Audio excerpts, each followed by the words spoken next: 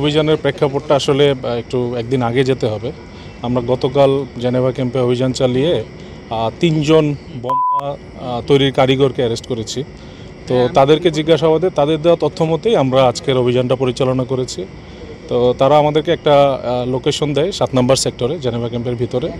তো একটা বাড়ির ভিতরে তারা নর্মালি বাইরের থেকে কিছু কারিগর আসে, আর স্থানীয় ২০ থেকে ২২ জনের একটা তালিকা আপনারা দেখেছেন, পত্রিকা এসছে। তো তারা ওই বাড়ির মধ্যেই ককটেল এবং পেট্রোল বোমাগুলো বানিয়ে থাকে।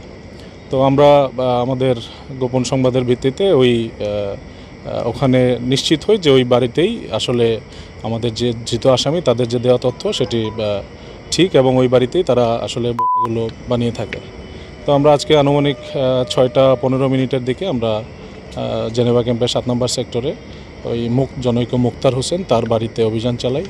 তো সেখান থেকে আমরা ৩৫টি তাজা ককটেল এবং ককটেল তৈরির সরঞ্জাম, টিনের কৌটা, যেগুলো জর্দার কৌটা, পেরেক, গ্লাস চূর্ণ এবং আরও সলতে, যেটা পেট্রোল বোমাতে কাজে লাগে, এই জিনিসগুলো, বিয়ারিংয়ের বল, এগুলো আমরা প্রায় আনুমানিক ৪ বস্তা পরিমাণে উদ্ধার করেছি। আমরা ধারণা করছি যে হ্যাঁ, এই ককটেলগুলো জেনেভা ক্যাম্পের বাইরেও যেসব নাশকতার কাজ এতদিন হয়েছে বা বর্তমান সিচুয়েশনে হচ্ছে, সেখানে ব্যবহার হচ্ছে। আপনারা দেখবেন এই কিছু সময় আগেও বম ডিসপোজাল ইউনিট কিছু ককটেল নিষ্ক্রিয় করেছে, কি পরিমাণে শক্তিশালী ককটেল। সো তারা এগুলো বাইরে বিভিন্ন নাশকতার কাজেও ব্যবহার করে। তাছাড়া ভিতরে তাদের মধ্যে যে অন্তর্কন্দল আছে, নিজেদের বিভিন্ন গ্রুপের মধ্যে যে মারামারি হয়, সেখানেও তারা ব্যবহার করে থাকে। না, আমাদের এই বম তৈরির যারা কারিগর আছে, মাত্র আমরা ৩ জনকে অ্যারেস্ট করেছি, তাতেই এই রিকভারি। সো এটা চলমান থাকবে। বাকি যারা পলাতক আছে তাদেরকে গ্রেফতারের অভিযান অব্যাহত থাকবে। না, আজকে গ্রেফতার করা যায়নি। আজকে আমরা যে বাড়িটাতে অভিযান চালিয়েছি সেটি তালাবদ্ধ ছিল।